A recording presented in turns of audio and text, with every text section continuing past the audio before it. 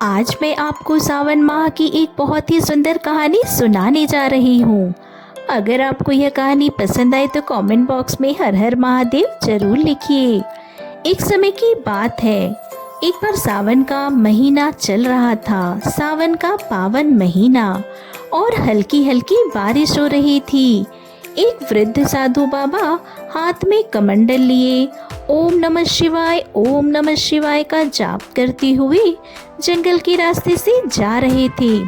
सुबह से उन्होंने अन्न का एक दाना भी ग्रहण नहीं किया था, लेकिन उन साधु बाबा के चेहरे पर तो भूख की चिंता नहीं, बल्कि भगवान शिव की भक्ति की मुस्कान थी।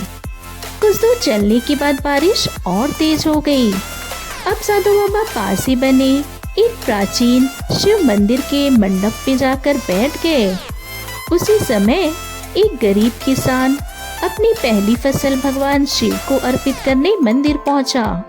उसने श्रद्धा से जल चढ़ाया, बेलपत्र अर्पित किए और हाथ जोड़कर बोला, हे भोलेनाथ, मेरी मेहनत स्वीकार करना, मेरे परिवार पर अपनी कृपा सदा बनाए रखना। पूजा के बाद किसान की नजर कोने में बैठे साधु बाबा पर पड़ी।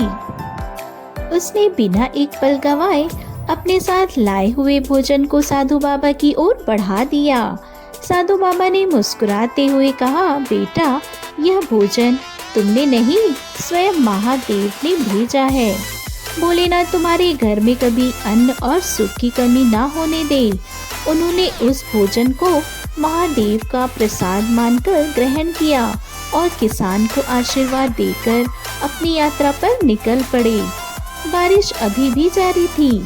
रास्ते में जगह जगह कीचड़ भरा था। साधु बाबा भगवान के नाम में उतने लीन हो गए कि उन्हें ध्यान ही नहीं रहा कि उनके पीछे एक दंपत्ति भी चला आ रहा है। अचानक उनका पैर पानी से भरे गड्ढे में पड़ा और कीचड़ उछलकर उस महिला के सुंदर वस्त्रों पर जा गिरा। महिला कुछ कहती उससे पहले उसका पति क्रोध से भर उठा। वह दौड़कर साधु बाबा के पास पहुंचा, उनका हाथ पकड़ लिया और अपशब्द कहने लगा। साधु बाबा शांत खड़े रहे।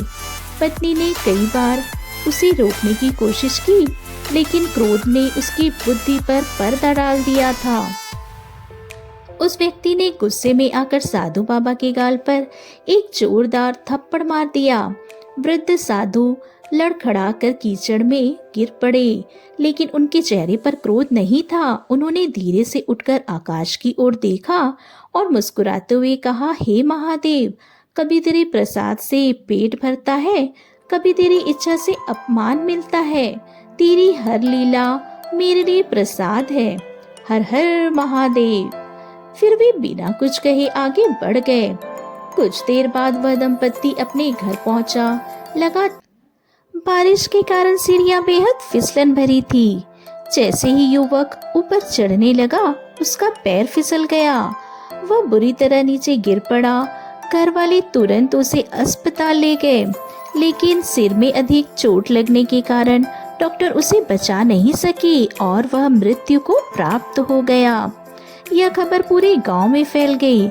लोगों को याद आया कि कुछ समय पहले इसी युवक ने एक साधु बाबा का अपमान किया था।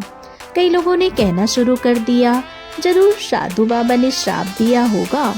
सभी गांव वाले अब उन साधु बाबा से मिलने के लिए चल दिए।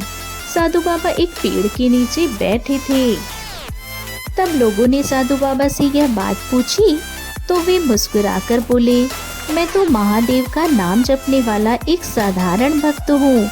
मेरे मन में किसी के लिए द्वेष नहीं। मैं किसी को श्राप कैसे दे सकता हूँ।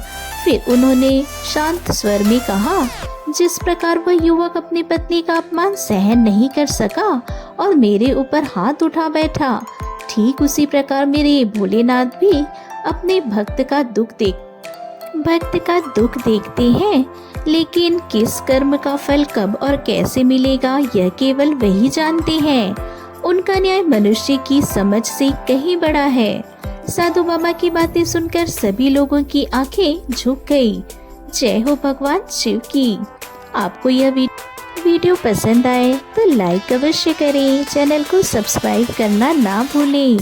हमसे जुड़ने के लिए आपका बहुत बहुत धन्यवाद।